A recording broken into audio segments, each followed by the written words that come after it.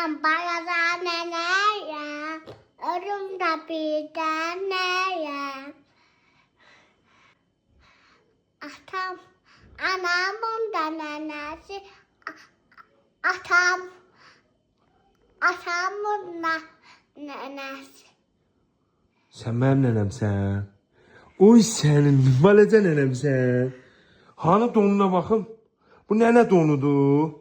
Nene donunda belə ay burunlar, kulakları olmur. Ben yeterim. Yekəlmisən? Yekələn olmusan? Bak. Baxın. Bu iş sənin başına dönüm. Yekəlmisən? Və neçə kilo arıqlamısan? 3. Hə? 3. 3 kilo arıqlamısan? Arıqlayanda neyirsən təmiz arıqlayanda? Sana yemek pişiririm. Ölüm de pişiririm.